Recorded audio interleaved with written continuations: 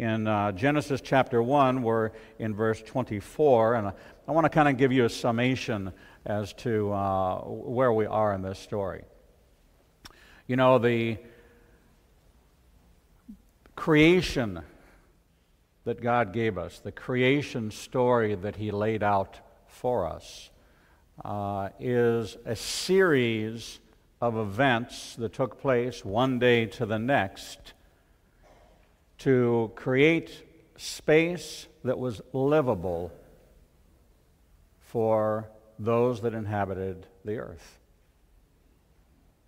God created living spaces. Well, once you have living spaces, you have to fill those spaces. This was part of God's plan of creation, to create space through separation. How many of you know that good boundaries make for good relationships? Yes? Some say that good fences make for good neighbors. Well, God created spaces, living spaces. And in those living spaces, He placed life. We know that the sun and the moon were not established until the fourth day, so the luminaries were not what lit the earth. The light of the world was Messiah. And the darkness that covered the deep, the waters of the earth, was Hasatan, the enemy. This darkness, this evil that permeated. Now, we have to take a look at this story from a couple of different perspectives. It is a creation story, but it's a separation story as well. Each part of the creation became separated from another part of the creation until ultimately the final separation took place, and that was man's separation from God. Even woman was created from the man, separated from the man. This is a story of separation, and these paths of separation are important because through these various events, in the separation of day and night, the separation of seasons. Seasons were determined by solar and lunar events, by the revolution, the rotation, the relationship of the world, the earth, to the sun. The same way our relationship to the sun, the S-O-N, determines the seasons of our life. When we are separated from the sun, Yeshua, our life is destined for a wide path to destruction. When we choose to follow the Son, S-O-N, then we enter into a whole different relationship and we become set apart. This concept of being set apart is a part of the creation story of separation. We have to separate ourselves from the world. We can be in the world, but not of the world. We're called to be a people set apart. Well, we see this pattern of set apart, meaning that the sky and the earth exist together, but they are separate. The water and the land are separate. They're on the same globe. We look at the map and we see these lines of separation. There's dry ground and then there's water. Well, the same way that we're looking at the story of separation, this is not just a pattern of science and creation. This is a pattern of life for us, that we should understand that where life teems, where life is vibrant, is when we're in the place that we're called to be in. Fish don't do well on dry land, do they? Fish die on dry land. Yes? Well, when we are separated from the environment that we're called to be in, we don't thrive either. If we're called to serve God, we'll thrive in the surroundings that He places us. We'll grow where He plants us. And if we put down our roots and we let it take hold. But if we're in a place that we don't belong, if we're in the world, for instance, Hal just came back from 4 days in New Orleans. Well, that's a pretty, some of you are from New Orleans. You know the condition of New Orleans. You know what goes on in New Orleans. Well, here he is, a believer called to be set apart. When Laura and I went to New Orleans, above all the demonic stuff and noise that we heard, above all of that, we heard the song Amazing Grace. Just above. Here was all this stuff, and just above was this one voice. And so we went out the next day, and we walked the streets of New Orleans looking to find the one voice. And we found the voice, and we found the one man, the man who was singing that song. And this is what he did. He would go out at 2 o'clock in the morning when all the revelry was taking place. And he was blind. And he walked the streets of New Orleans singing Amazing Grace. Walked the street, blind man walking the streets of New Orleans singing Amazing Grace. And we made it our purpose that while we were there on a business trip, that we would go find this man. And so we walked and we followed the sound and followed the sound and followed it. And finally at Jackson Square we found him right there, right across from the beignet place. And he was just there singing at the top of his lungs. We went and we blessed him, we met him, we blessed him. A blind pastor walking the streets of New Orleans. And we heard that above all this demonic roar because he was set apart. He was separated from the darkness. And the light permeated, the light rode on top of the darkness. The light was distinguishable from all the rest. We couldn't distinguish the noise of all the revelry in the streets on Bourbon Street. It was all that noise. It's just loudness. It has no distinction. It has no form, and it certainly has no function. But above all that, our ears could hear the song Amazing Grace. This is what God's caused us to look at in the creation story when we understand that He will place signs in the heavens, the sun, the moon, but they only have limited authority. The sun ruled the day and had dominion over the day. Yes, the moon had dominion over the night, but the Son of God had dominion over all things. The absolute authority over all things rested with Yeshua. I and the Father are one. I only say what I heard my Father say. I only do what I saw my Father do. The creation of a body part was something that the Son could do because that was the bara, the creation word only associated with God, not with man. Man cannot create. Man can form. Man cannot create. Be fruitful and multiply was a blessing over the animals and over the fish and over the birds. This was a blessing. But we can't create life. We can multiply. We can reproduce. It's like saying that I can go to the copier, which only makes reproductions, and it can create an original work. It cannot. It cannot create an original work. It can only make a copy of what it is given. Well, that's what we do when we recreate. We make a copy. But we don't create an original work. God creates the original work. And so when we understand this, in the expanse of the sky, God placed the heavenly bodies and assigned them their work, to divide the day and night, signs to mark off days, years, and seasons. And when you understand the biblical calendar, you understand the biblical calendar is made up of 13 months. It is a lunar calendar, and each month begins at the new moon.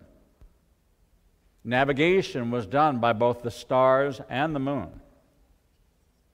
If we were any closer to the moon, we would have tidal waves. If we were any closer to the sun, we would burn up. God placed things in His order the way He did for the purpose of sustaining life. And so when we understand this creation story, we understand that it was something that we should observe and even admire God's handiwork. But what happened was, as man began to worship God's handiwork and not God. See, when you worship a part of God's creation, like the sun or the moon, you move past the appreciation to the segregated, embracing one aspect of creation and giving it the power and the authority of God. It's not what we're called to do. We certainly are called to worship and praise and adore God and appreciate what it is He has created. But those of you that worship your wives or worship your children or worship your husbands or worship your money or worship those things that God has provided for you miss the mark, because we need to go to the top line. And the top line is God. And He is the Creator. And so when we understand this, that God creates, and what God creates, He fills.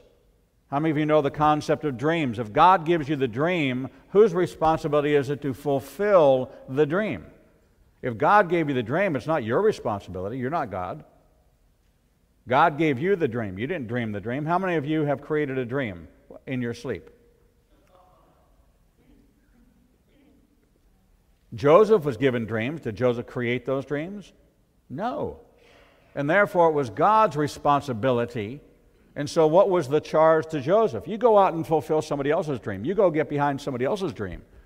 And after you've done that for the seasons, then your dream will come to pass, because I gave you the dream. This is from God. I gave you the dream.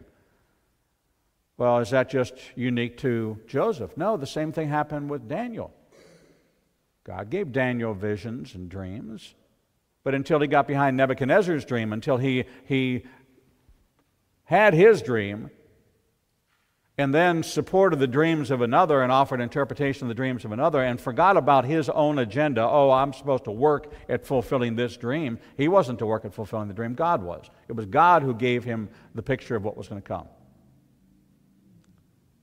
Look, Isaiah talked about things to come. It wasn't Isaiah's responsibility to fulfill those things. It was God. He was a messenger of God. It was God's responsibility to bring the people back from the north. It was God's responsibility to breathe through Ezekiel, to breathe into those bones.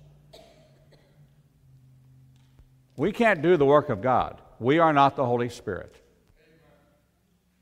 And therefore, if God reveals something to us, what we're supposed to do is be obedient to take the next step on the path He plants our feet and not try to help God. Last time I checked, God did not need your help. You needed His. How many of you can create the sun and the moon or the stars? We can't. And to become sun worshipers, well, why is the sun any better part of the creation than the moon? And why is the moon any better part of creation than the stars or the constellations? See, what we did was we moved from astronomy to astrology. Sound the same, don't they? The study of the heavenly is to chart a course for here to there. The study of the heavenly is to know what season we're in. To study the heavenly is to determine that the that the eastern star, the North Star, whatever it was there in Bethlehem, that star shone during this season of the year. Because we knew when it shone all the years before at what season, and now we can determine what season it's in for that star to be seen from Bethlehem. So maybe it wasn't seen from Bethlehem in December. Because now we know how the seasons go, and now we know when the shepherds are in their field, and the shepherds are not in their field on December 25th. It's a little chilly. Well, when are the shepherds in their field? Well, they're in their field in the spring. Maybe they're in their field in the fall. Maybe it was Feast of Tabernacles. Maybe it was Shavuot. Maybe it was Passover time. My point to you is this, is that what we've done is we've allowed different thinking to permeate when God put constants. Does the moon move? It's got its own orbit, yes. Is it a fixed orbit? Yes. Is the earth in a fixed orbit? Yes. Are Mercury and Venus, are they in fixed orbits? Yes. Is Saturn in a fixed orbit? Jupiter? Yes, yes. These are fixed orbits. And so we know, based on being able to study astronomy versus astrology, astrology is horoscopes. It's attributing more to a part of the creation than to another part of the creation.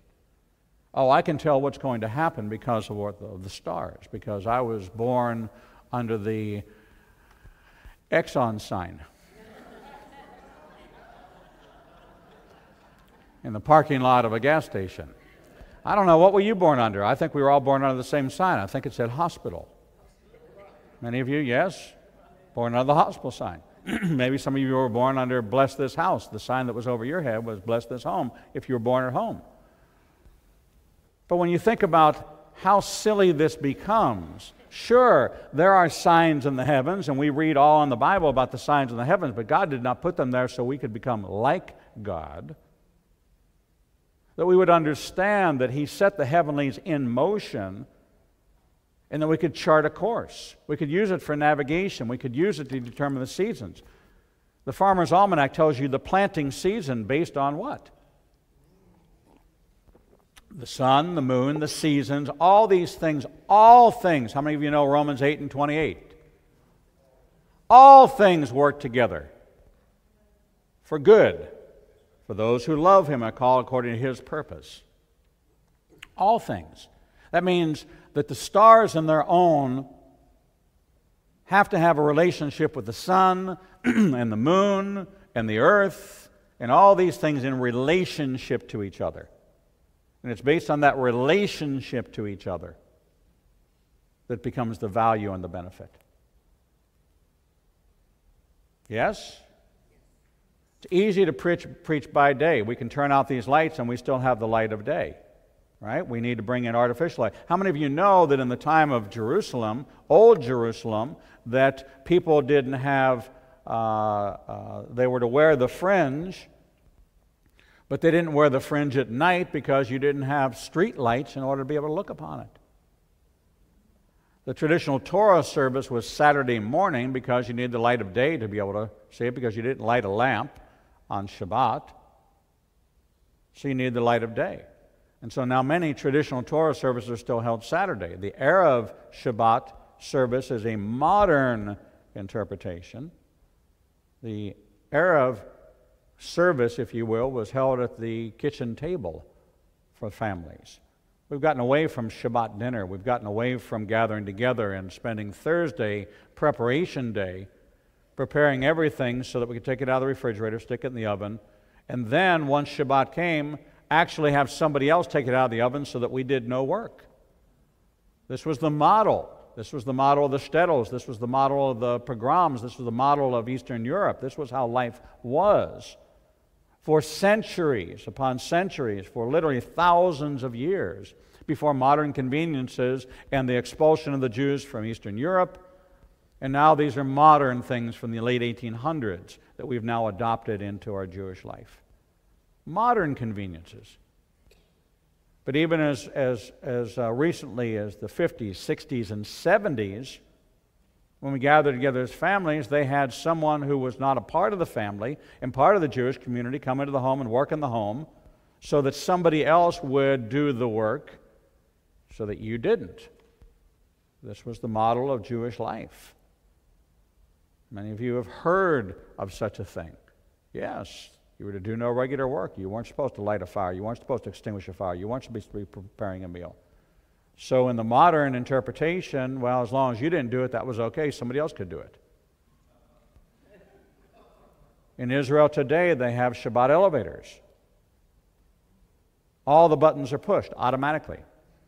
It stops at every floor. And if you want to ride the Shabbat elevator because you don't want to push a button, therefore causing something to work, well, you get on that elevator, and if you're on the 23rd floor, you've got to ride up.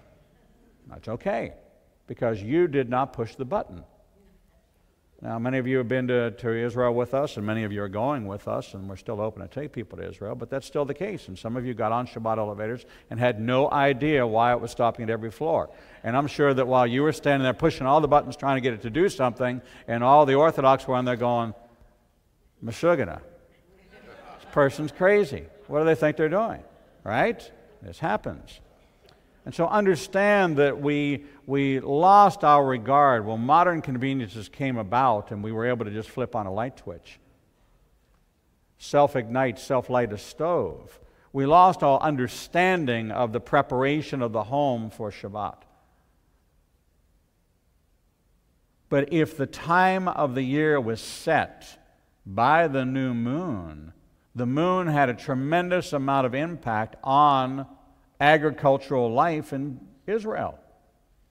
Remember, this was an agricultural. You think about Israel as a modern-day convenience, as a modern-day cities with high-rise buildings and all those things.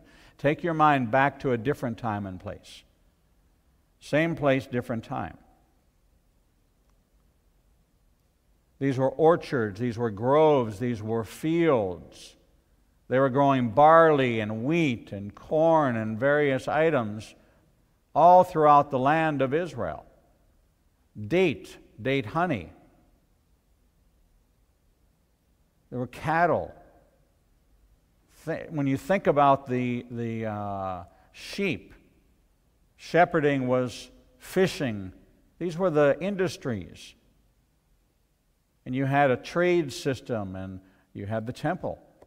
And life was built around the temple. 3 times a year you made pilgrimage to Jerusalem. If you lived in the outer areas, if you lived up, let's say you lived down in the desert and you had to make a pilgrimage up to Jerusalem, it could be a 5, 7, 10-day journey.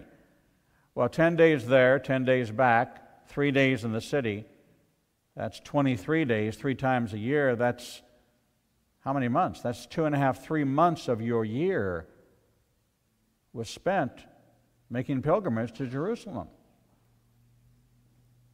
for the appointed times, for Passover, for Shavuot, Pentecost, and then back in the fall for the Feast of Tabernacles.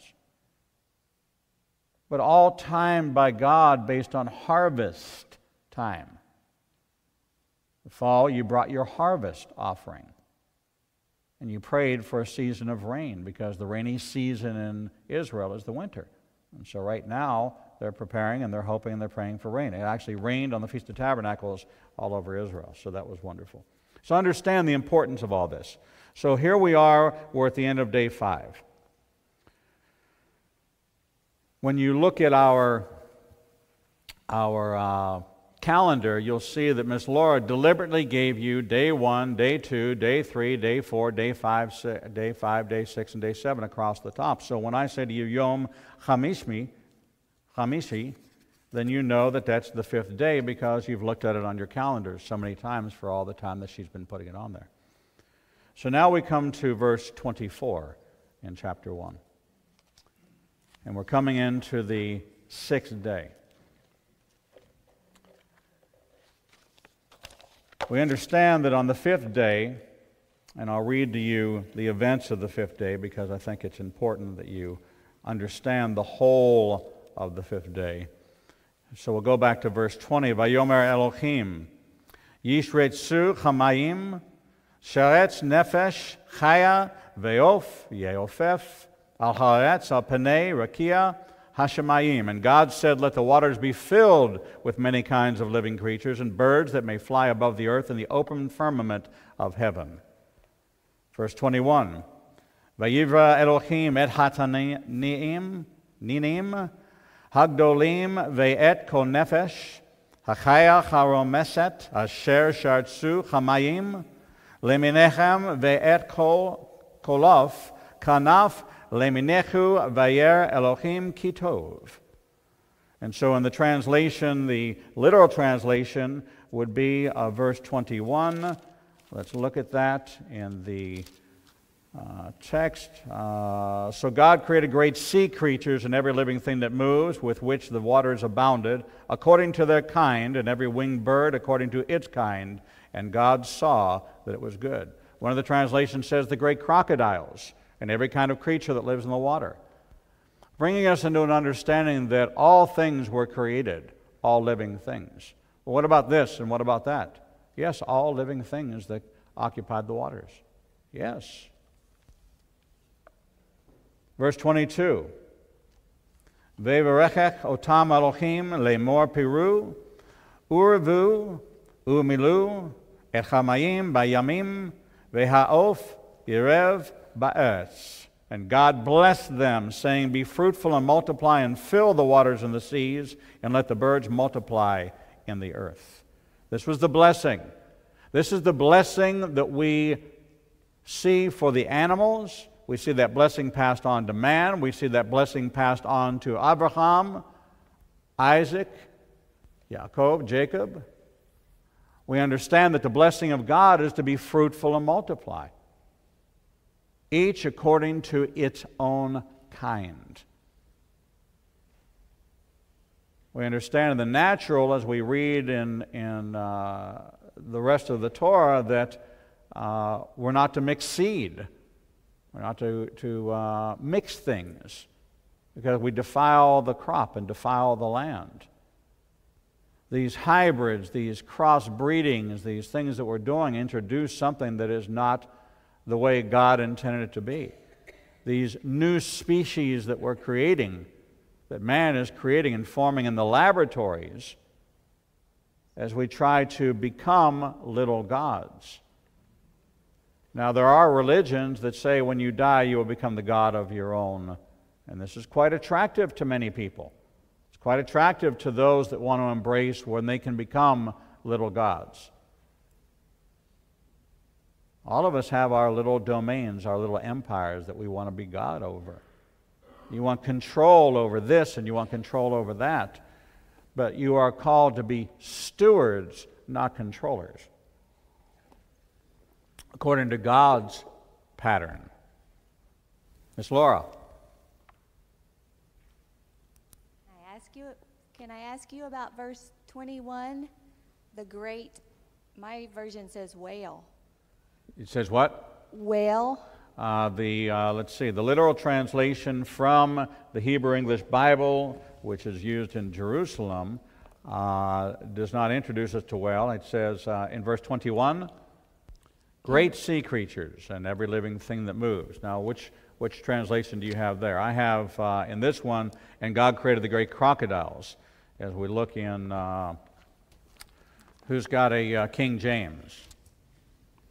Okay, what's it say in King James? It says whale in King James. What does it say in the, what do you have? Rabbi? JPS says sea monsters. Rabbi? Yes. The Hebrew is tanim, and I thought about Jonah, so I looked up 117 in Jonah, and he was swallowed by a gadol dog, yes, a great fish. It doesn't. Yes. It's a different Hebrew word. Okay, give the microphone to Derek Isaacs, please. Derek, Tananim.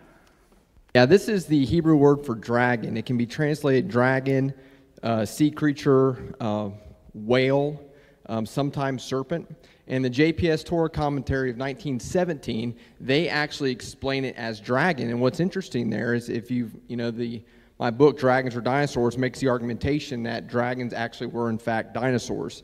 We'll get into that later on. But the JPS Torah commentary explains it as a dragon. And what's fascinating is those pagan religions were starting to put godlike powers onto these huge, gigantic reptiles, and they were starting to worship the creation instead of the creator. And so the JPS made such a cogent point because they said the reason the Lord put Tanin in there, dragon in there, is to show that the dragon was not a god, it was not something to be worshipped, but in fact was underneath God and was one of the creatures itself. And so that's what that is. Now what we have is because of the dragons fading into mythology and people believing that those things are not real, that's where you come up with the idea of a great crocodile. They're trying to make sense of what clearly was this big gigantic reptile, but they're trying to make sense of this because they believe dragons fade into myth. But once you make the connection between dragon and dinosaur, then this all kind of makes sense. Now, in our modern world today, we don't classify dinosaurs as sea creatures. They're only land creatures. But your sea reptiles like your Kronosaurus and your Mosasaurus and things like that would have been dinosaurian-like. So what we're seeing in the text in Genesis is a big, gigantic reptile in the sea, which according to secular ideas of evolution should have been extinct millions of years ago. But we know, because we're Bible believers, we reject that. And the Bible has given us a very clear understanding of where these creatures came from. You have these big sea reptiles right there in this day of creation. But that's why you see monsters, sea monsters, whales, all these things, because modern translators have accepted the idea of evolutionary worldview in millions of years, and they've not connected dragons to dinosaurs, and so they're trying to make a creature fit into that verse. But with a strictly biblical worldview, we understand that was just some great big, really sea reptile, and stuff like a Chronosaurus. So, well, let's go to the end of Revelation chapter 12, beginning in verse 9. At verse 7, and there was war in heaven. Michael and his angels fought against the dragon, and the dragon and his angels fought back, but he was not strong enough, and they lost their place in heaven. The great dragon was hurled down, that ancient serpent called the devil or Satan, who leads the whole world astray. He was hurled to the earth, and his angels with him. We see this as a supernatural power given to a dragon, a fire-breathing dragon. You take a look at the myths of King Arthur and the Knights of the Round Table, and you look at the Dragon Slayer series that's out there, and how all of a sudden mythology took on the power of the winged dragon and the fire-breathing dragon, the terrorizing the community, and all these things that mythology, and we began to, as a people group, as intellectual people, when we couldn't explain things, we then attributed these things. Now we know in the natural today, even on earth today, there are lizards that have this ability. There are land creatures and sea creatures, not these gigantic, fill this room with this behemoth with these things, but we see that things have not changed so much. Now, I think that Frank calculated that when the earth was covered with water, that it exerted some 20 million pounds per square inch when the flood came. Is that it? 2 million? 2 million pounds per square foot. 15,000 psi. 15,000 psi. That's enough to compress anybody into a rock. Not like Iraq, Iran, but a rock. Like.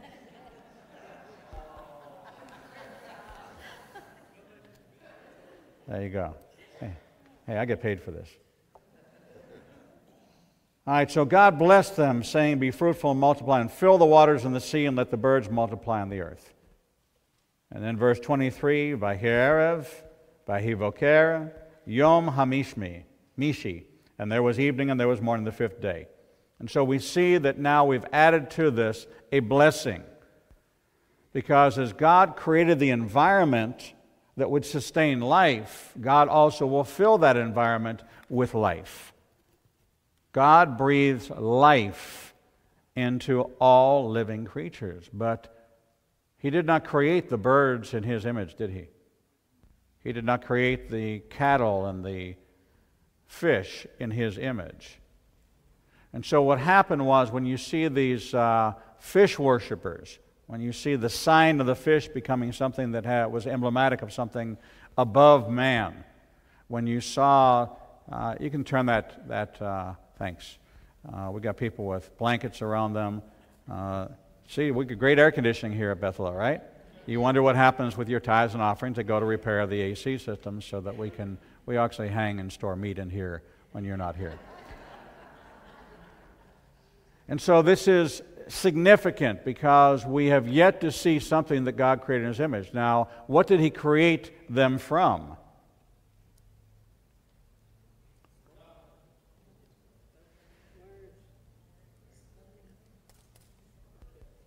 What did He create them from? Derek, what did He create them from?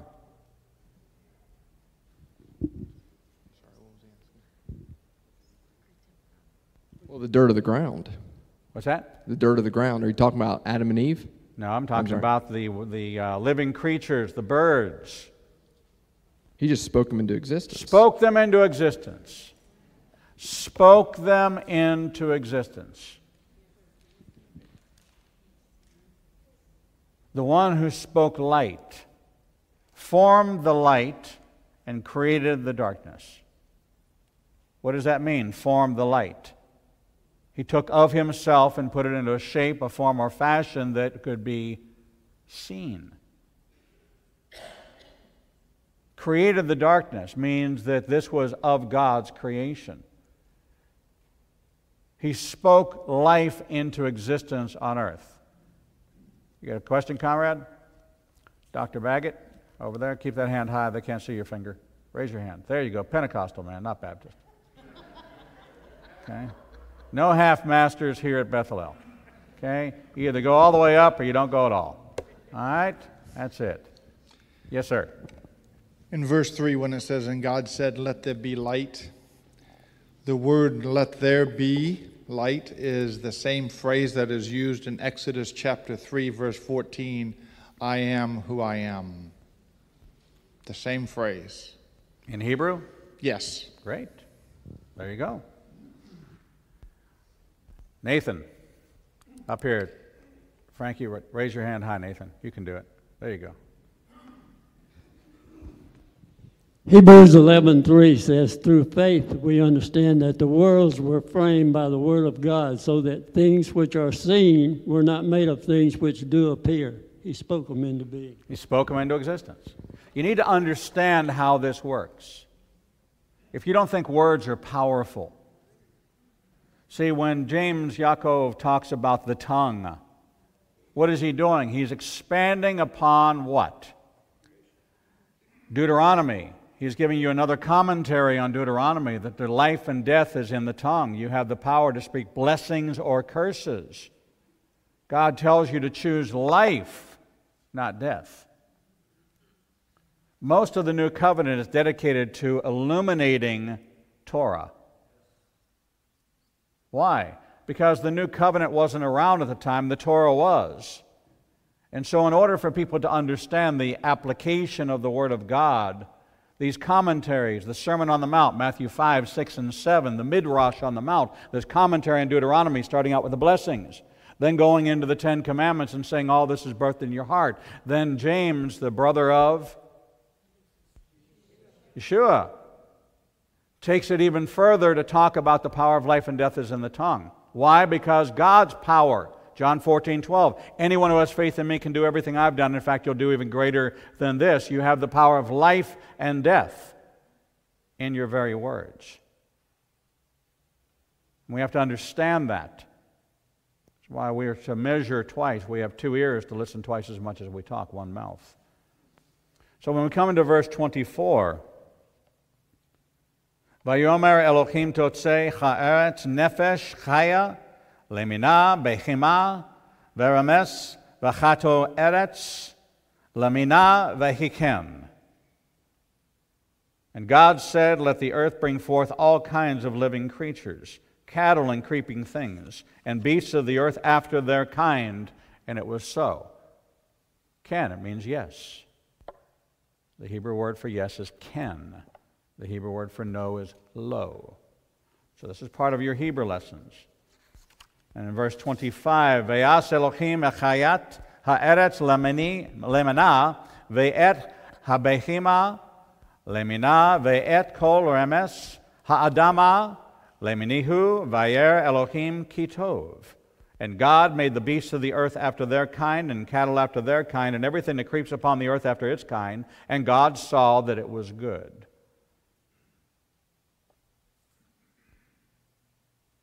Are we tracking with this? He created the swarming creatures, the birds, the sea life. God blessed it the first time and said it was good. And He fills on the 5th day the work of the 2nd day. He commanded them to be fruitful and multiply. On the 6th day, He filled the work of the 3rd day. See, if God creates it, God fills it. There's a pattern here. Whatever He made, He will fill. Why? Because God, we say nature abhors a vacuum, right? Well, where does that come from? Where do we define nature? We define nature in the mapping of God. God created it. He didn't create empty space, He filled it. He didn't just create the heavens, He filled the heavens. He didn't just create the sea, He filled the sea. He didn't just create the land, He's now filling the land. He created it for the purpose of sustaining life according to its kind. That means land creatures don't do well underwater for extended periods of time, right? We drown. But sea creatures seem to do just fine in water. They don't do fine on land. That means according to their kind. This was the habitat, the environment in which God created to sustain the life that He placed there. How do we do in outer space? We don't do well in outer space, do we? God created these things to sustain the life that He placed there. It's important that we look at the patterns of God. And so in verse 26, Vayomer Elohim Naseh Adam Beitzalmenu Kidmutenu Vayerdu Vidgat Chayam Uveof Hashamayim Uvebechema Uvekol Haaretz Uvekol Harames Al Haaretz. And God said, let us make man in our image, after our likeness, and let them have dominion over the fish of the sea, and over the birds of the air, and over the cattle, and over all the earth, and over every creeping thing that creeps upon the earth. This is created in the form of a discussion. Let us. Who's he talking to? Vayomer Elohim. Again, God referred to in the plural Elohim. Any word that ends in I am in the Hebrew is plural. Elohim. Who is the us? This is the compound unity of God, made up of the Father, the Son, the Holy Spirit. The triune, not the Trinity, not three separate persons. There wasn't this was the compound unity of God. This is Echad, Elohim. This is the compound unity. Now, Zach sent me an email a couple weeks ago that he had done a study, and he said, well, wait a second. When you call something El, like El Shaddai, El Elyon, God is my banner, God, isn't that singular? No, it's talking about a singular attribute of God. El is not used as a standalone reference for God. It's always used in opposition to an attribute. Are you with me now? There is no reference in the Hebrew text to God in a singular form, a specific attribute of God, but God has many attributes. So you would have to take all the attributes. How many of you have seen these books, The Names of God? Yes, many of you have. Okay, these are the names of God. El Elyon, Jehovah Nisi. Well, there's no J's in Hebrew, so let's toss that one out. Yahweh. Anybody Yahweh? Yahweh's out there? As we read through this creation story, we see that God gave dominion to Adam over what? He had dominion over the fish of the sea, the birds of the air, the cattle, over all the earth, and every creeping thing that creeps upon the earth. What is missing from this list? God. God did not give Adam dominion over God. When we read in chapter 2, we read about the event that took place where he came to Adam to name. Isn't that all that in chapter 2, or is that still chapter 1? No, I believe that's in chapter 2. What didn't he bring him to name? He brought him his wife, he brought him the animals, but who didn't he bring him to name? Himself. So if God did not give Adam, the first man who was given the dominion in which we have, the ability to name all that we have the ability to name, we name our children, right? You all name your wives, Poogie Pie, Honey Bun, My Little Slice of Heaven. Poogie Pie, you like Poogie Pie? I say, I like Poogie Pie. There you go. But we have all these names because we've been given dominion over what we've been given dominion. But we don't have dominion over God. Therefore, when Moses, who was, would you say, closest to God on earth from the standpoint of the Torah, when he said, who should I say sent me? He just said, tell them I am. That's good enough. The fact that I exist should be good enough for them. So when we study the miracles that took place, it was not the converting of the water to blood that was the miracle, because even the imitators could do that.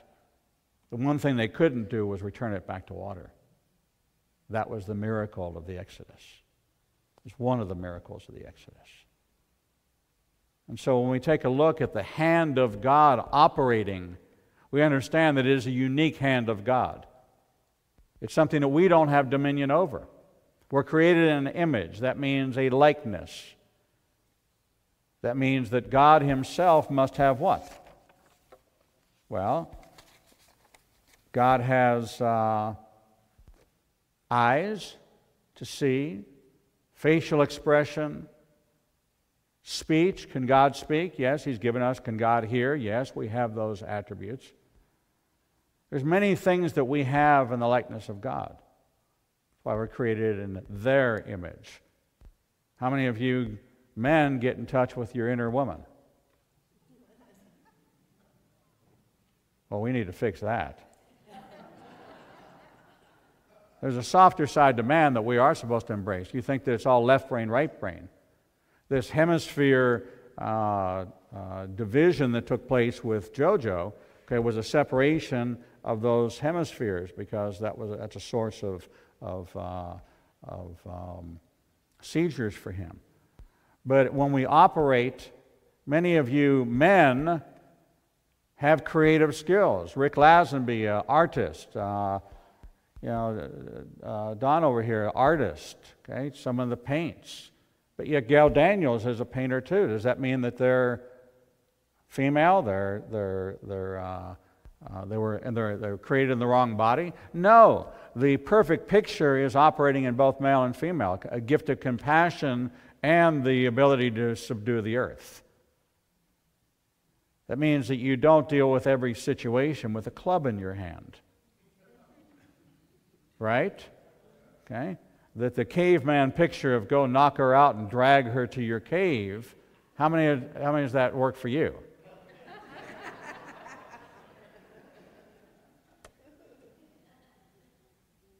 And if you're still doing that, how's that working out? All right, we got a hand? Where's the hand? I can't see.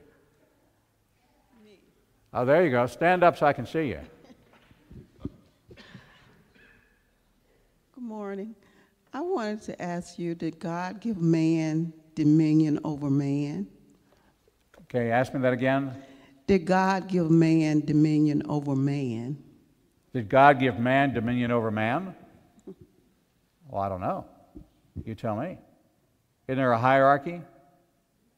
Didn't He create kings? Didn't He create leaders? Didn't He create... He told us to be kings and princes. He gave us dominion over military. But are we supposed to lord it over them? No. There are people who have authority. There are shepherds over the flock in the terms of people. But does that mean that I'm supposed to have dominion over you? No. Am I supposed to lord it over? No. As a matter of fact, I'm considering myself less. I'm to esteem the other more than myself. I'm to think more highly of you than I think of myself. See, pride becomes the issue, a pharisaical spirit, when one man tries to have dominion over another man. Subduing the earth does include the subduing of one another, but we also have in the giftings of God, we do have people that are gifted in this area and they rise to leadership positions. Is it for them to become benevolent dictators? No. Is it to force others? No. Actually, it's supposed to create a safe environment. By putting up safe barriers and boundaries, that when those boundaries are crossed, for instance, people in a congregation that are doing things which are harmful to other people in the congregation must be dealt with. And so it's important that it doesn't have dominion, as we're talking about dominion as Lord and Master. This was the issue in Scripture when it says, do you call no man rabbi, quote unquote rabbi. Rabbi translated to master, that you were subservient to a man, that you were to do what that man told you, because we're all under one quote unquote master, that is God in heaven. Remember, when the new kingdom comes, that Messiah will subdue and defeat Hasatan. And then what does He do? He hands the reins back to who? Back to God the Father. That in the end, everything is subject to the Father, including the Son. We are to be subject to God. Now, what happens? Why do we make war with each other? Because we continue to try to inflict our will upon another. God was the one who said, if I will go before you, and I will prepare the way. And when God went before us, we always were victorious. But when we chose to go our own way, even the children of Israel that went off to go subdue those on their own, what happened? They were defeated.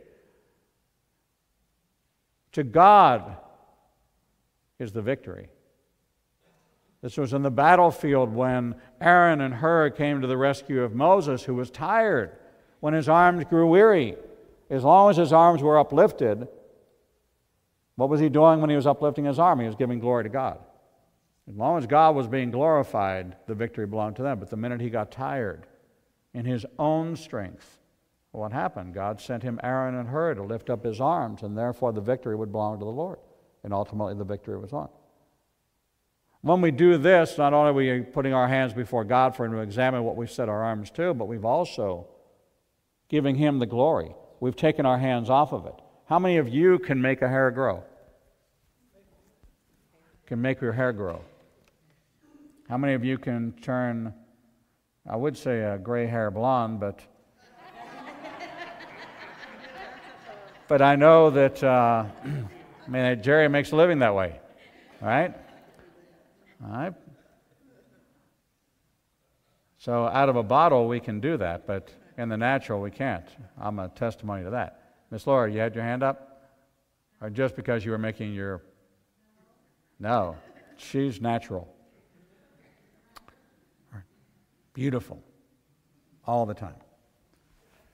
So this idea of man having dominion over man, this has been the source of difficulty. Yes, Linda Jo. Keep that hand high, and you got to wait for the microphone.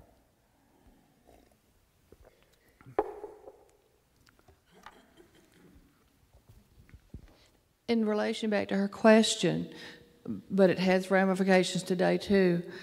When there had to be war, when there was war, okay, we won't get into that. But once they won, whichever side won, then the defeated side didn't have a do-over for eternity.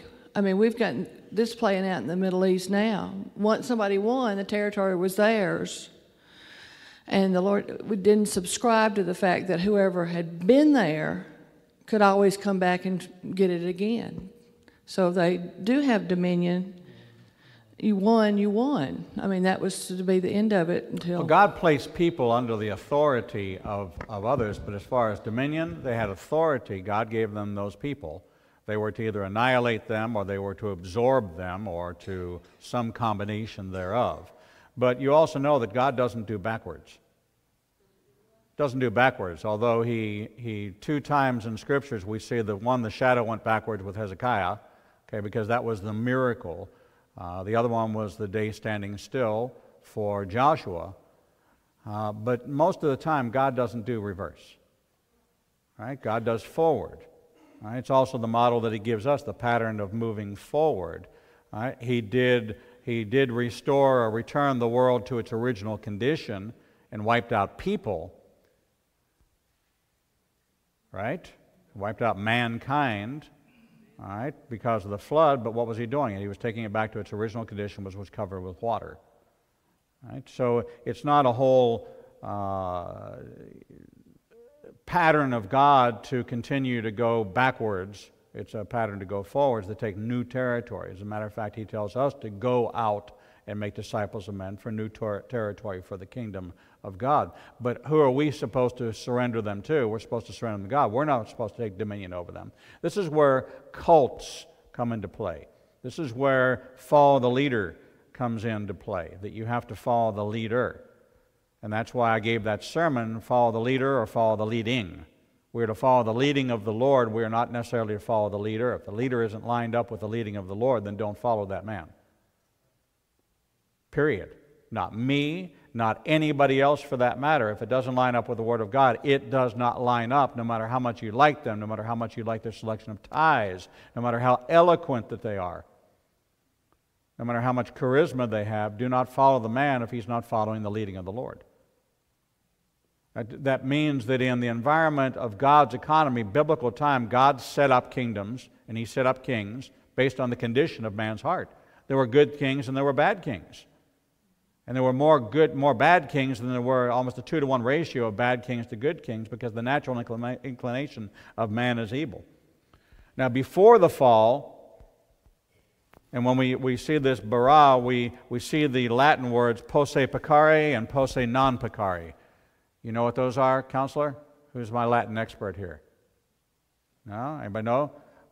Able to sin as well as to sin. We've always had the potential to be able to sin or not to sin based on the original creation, but after the fall, we now were not able not to sin. That was non posse, non peccare. This is a concept that says that before the fall we had complete choice. Now, we talk about free will, free choice. Your natural inclination is sin. You do not have on your own the ability not to sin. Once the fall took place, you no longer have the ability not to sin in your own strength. But yet, Rav Shaul, Paul talks about the fact that if you're a Messiah, if you now belong to God, you can no longer continue the sin that you were in. But being the creative beings we are, we find new sins, don't we? But that's why we go to God and have it covered, so that we are, what? Delivered. We're redeemed from that sin, because our nature is a sin nature. We no longer have the ability not to sin. No matter how good you try to be, what is the standard of good enough? Is there a standard of good enough? Is there a man's measurement of good enough? So we have to understand the high point of creation that is what we're coming into, which was the creation of man in our image after our likeness.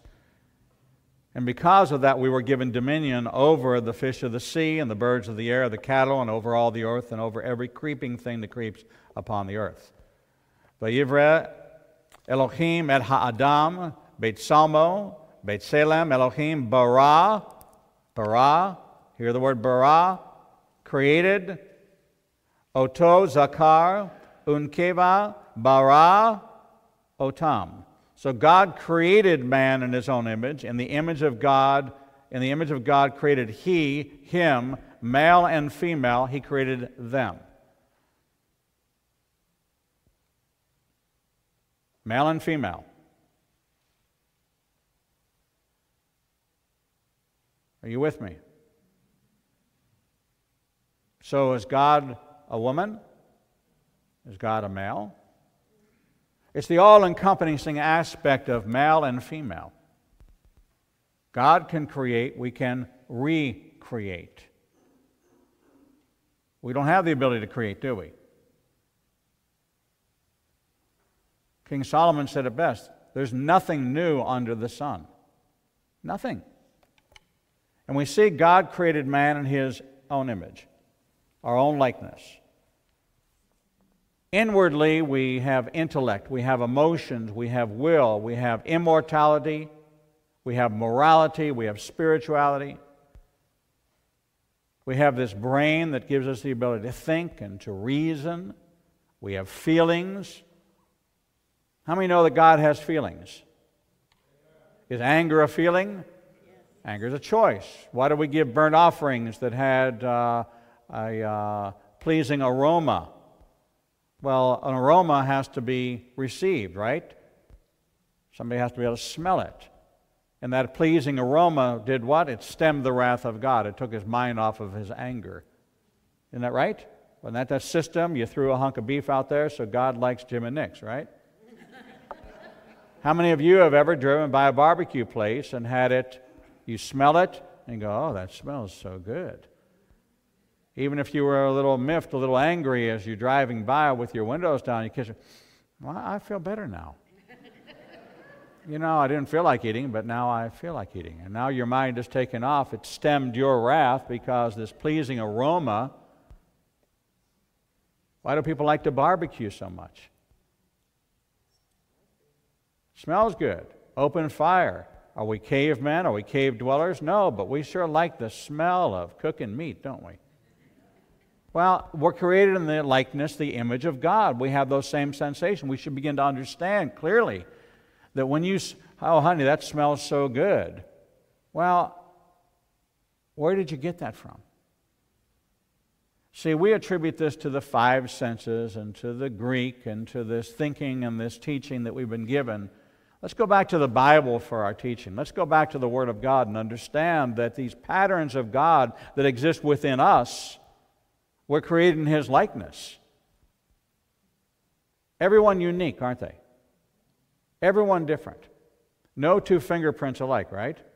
Now they say that eyes, no two pupils are alike, or retinas, or these retina. Right? Now they talk about the hand, the biometrics of the hand, that everybody's hand is unique. Biometrics of the face, everybody's face is unique. Now science is confirming that God's creation, that every one of us are created in His likeness, in His image. Well, wait a second, does that mean God's white? No. Is He black? No. Is He yellow? Is He red? No, no. He's all. This is why when man, Dr. Samuels, when man tried to gain dominion over things by segregating man based on color, based on national origin, based on religion, based on bloodline, and man tried to put order, this became that Aryan thought of an ethnic cleansing to get rid of all the quote-unquote defective people that do not meet this image. Who was that image? That was an Aryan image created by man, and instead of matching you and appreciating you, that you were created in the likeness of God, therefore God has straight hair, curly hair, black hair, brown hair, all these things. All of this complete. And think about how many people have lived on earth since the day of creation. Does anybody know what those numbers are? The estimate of how many trillions? If we have 7 billion now, who's the, you know how many? There's supposed to be 1/8 of the population today is alive. 1/8 of all population ever is alive today. So 1/8.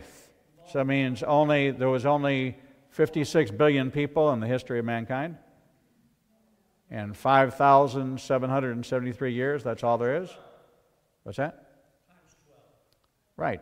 There's 7 billion people, so that's only 84 billion? I don't know. I'm going to ask some of my mathematicians to go home tonight. Who's a mathematician? Dr. Samuels, is your hand up? Dr. PhD Samuels. No? Aren't you a mathematician? No, she's waving it off. Who's the mathematician? Yes. Frank, you're going to take on that assignment? Yeah, I'll do it. All right. There's Frank, who's got his, he's a certified engineer, professional engineer, PE. Yeah. Yep. So we're going to take on that assignment. We're going to calculate from the time of Adam what the population of the world is, so we understand how many billions upon billions. Hold on one second. Derek.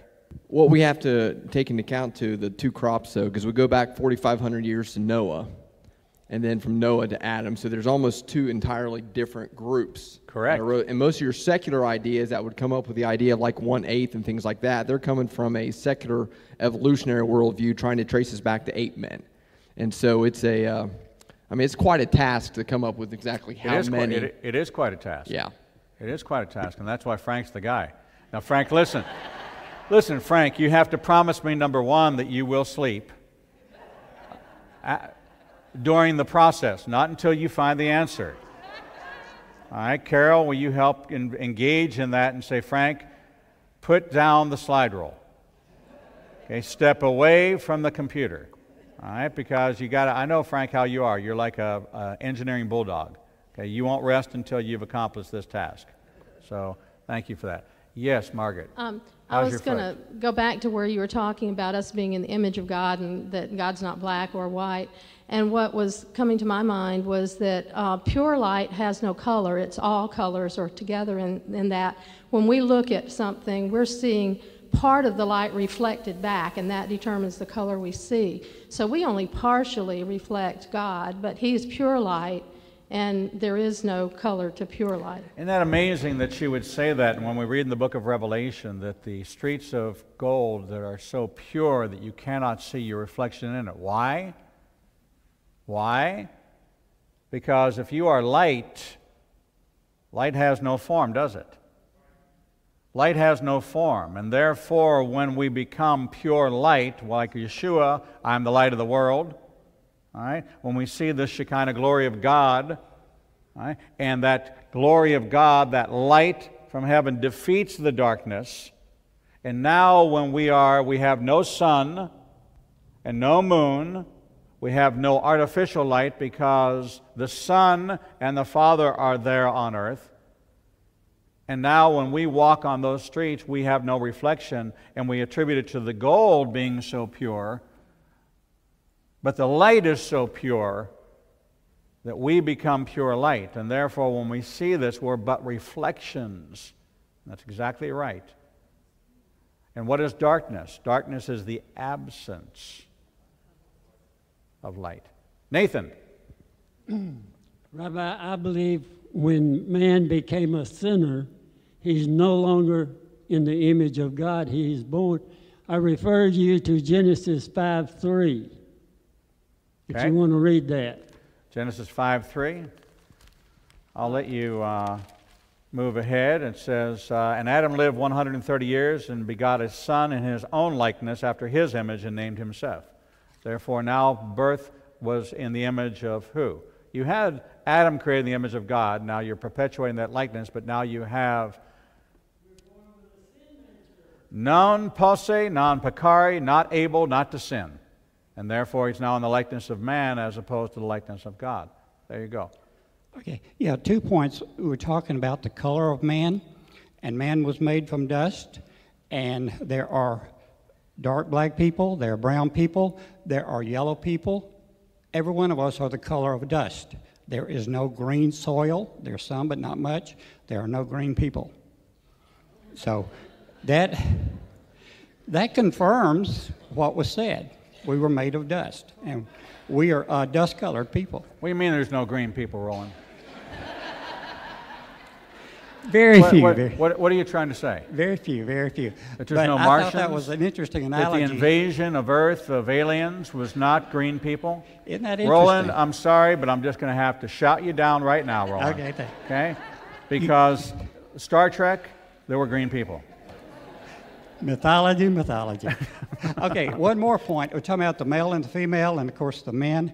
A male has a female side, and we know, and this is interesting, this has only been discovered in the last couple hundred years, that a man is an X and a Y chromosome. A woman is only an X chromosome, and therefore, if she had, when Moses said that woman evolved from man, that if he had said it the other way around, it wouldn't have happened.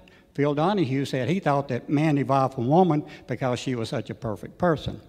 But Moses said something that Phil was later... Donahue? Huh? Yeah. Phil Donahue? Phil Donahue, that's right. You know, the fact that this entire group knows who Phil Donahue is. That's right. Just sets the mark at like this. Shows our age, doesn't it? Right. But yeah, you can either believe the secular version, or you can believe what Moses said a couple thousand years ago that was confirmed by science. Man has a female side to him. Correct. Otherwise, woman could not have come Correct. from him. So I agree with half of what you said because the green thing is just not going to fly with me. I'll shut up now. I'm sorry, you understand that the Star Trek series was the beginning of Jewish actors being able to work in Hollywood and out of television. You had Gene Roddenberry, you had William Shatner, you had Leonard Nimoy, all Jewish people. You know that the Star Trek symbol is that of the Kohanim of his rabbi when he gave the Aaronic benediction in his congregation. That's where that greeting came from the synagogue. And so, yeah, see, there you have it. So understand why we're not going to shout down the green people, because without the green people, Star Trek would never have been an opportunity for Jewish people to work on television series. And so there you have it. All right, I'm standing on the word given forth this day. So God created man. So did Adam have a belly button?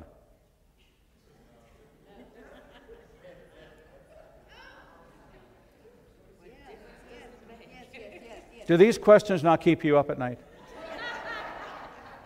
Do you not even think about this?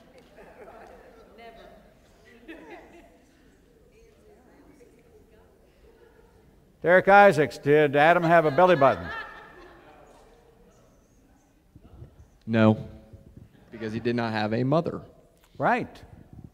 So where's the belly button out of it? I mean, it's made of dust. That's where belly button lint comes from. We know that. Look, this is all very scientific, biblical truth I'm giving you here. But no, he did not have a belly button. A belly button, it's like understanding who the first Jewish-born child was. It wasn't Abraham, it was Isaac. So Eve didn't have a belly button? Did Eve have a belly button? Well, see, now you're starting to flow with this thinking. You'll be up all night too. Okay? Roll over and nudge Terry like I roll over and nudge Miss Laura and just say to her, honey, what did Eve have a... No. Who was the first to have a belly button? Seth. This is biblical. You've got to understand these things. Right? So God created the dust of the earth. Now, if we're created from the same building block, I believe that this is chapter 1 in the book, Eitz Chaim, Lessons Learned from the Tree of Life, the ground. So when science says that we share DNA with a chimpanzee, you can nod your heads and say, yes, we do. Why? Because dust of the earth is dust of the earth. Dust has a DNA. It has genetic components, RNA and DNA components, nitrogen, oxygen, carbon, these kind of things. Alice? Why wouldn't Cain or Abel have had a belly button?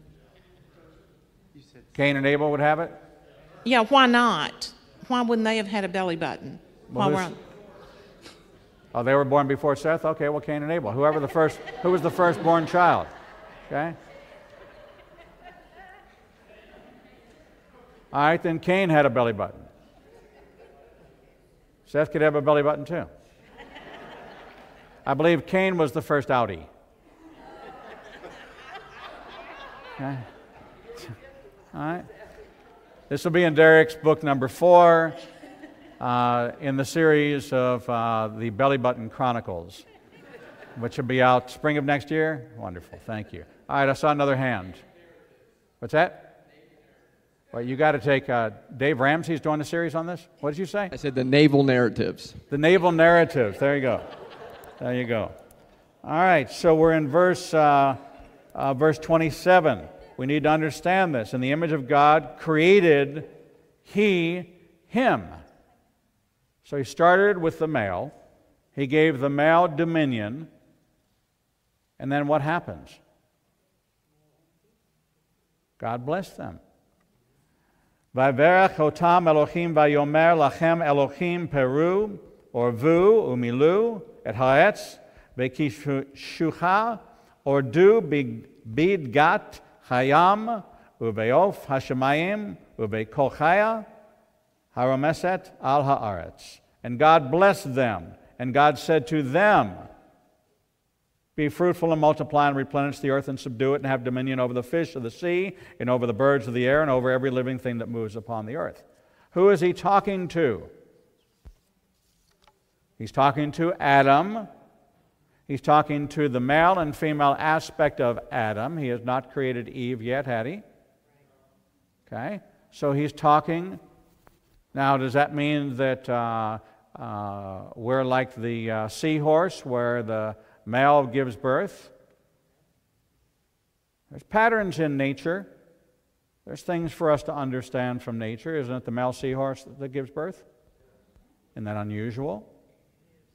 It is unusual in these patterns, but God continues to show us that God is the creator, not man. And so He gave us this ability. He's beginning to introduce us into another separation. Listen, the very reason why there's this power struggle between men and women is because all things try to return to their source of origin. Yes? To the point of separation. Don't the waves come up on the shore? We see this naturally. Doesn't the rain come down from the sky?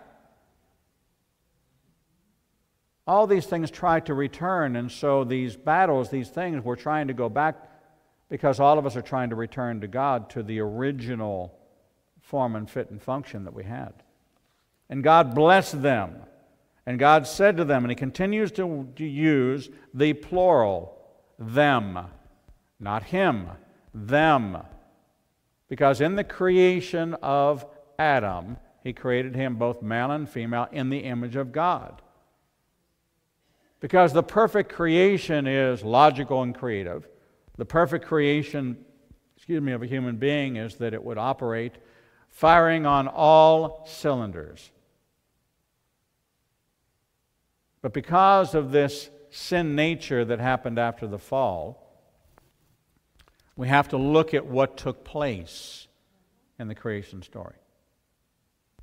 All power and authority was given unto us in the creation based on conditions in a covenant relationship with God. And therefore, when the covenant was broken, things changed. Yes? I'm trying to connect some dots here. It was mentioned earlier that you do not have the ability to not sin unless you are in God. And yet we're all born sinners. Is there Before the fall, man is both able to sin and able not to sin. Right. You have that ability. Right. You have the ability to be obedient. We know that that ability was given to us in the beginning, that we were given the choice, because when Adam fell, it was because he made a choice. Okay, but previously we talked about the fact that there was unintentional sin and intentional sin. Way back. We're talking about after. Okay, I'll rephrase. You're talking about right. You're talking No, about. I'm okay. You're talking about in the Levitical system of sacrifices for unintentional and for intentional. Yes, and I'm okay. thinking. Well, you're so far past creation. You're so far past Genesis. We're still on the point where man has the ability in the creation to sin and not to sin, and to make the choice not to sin. There's a period of time in which what? God has a relationship with man. We're coming to that. And you're going to see what happens in his relationship with man. As it was his pattern to walk in the garden, to have fellowship with the Son. As was his pattern to have relationship. When you have trouble with your children and you want to know why, you need to ask Adam. This is the source of all difficulty in the relationship between parent and child. Well, I did everything that I possibly could for my child. I gave him everything. Yes, you gave him a garden. You gave him dominion over the cattle. You gave him dominion over the birds. You gave him dominion over the fish. You even gave him dominion over his wife. You gave him all this. You provided food. You provided relationship. You provided all this, yet he chose another way. You need to look at the origin of all this. Yes, Lisa? In talking about the blessing that God said over everything that he created, each individually it seems, when you get to verse 24, and 24 and 25, when the beast of the earth, yes, the cattle and all that, there isn't a blessing right there. Is it included in the one down below with man, or was there not one given? Well, when he said in 21, or actually he was talking about in verse 20, the waters be filled with many kinds of living creatures and birds that fly, and God created the crocodiles and every kind of creature that live in the waters, every kind of winged birds, and God saw it was good, and God blessed them, saying, be fruitful and multiply. He said, let us bring forth all kinds of living creatures after its kind, and the waters can support teeming life. The land cannot. So as far as be fruitful and multiply and blessing the cattle, he gave man dominion over the earth, and therefore the control of beasts of the field. So imagine if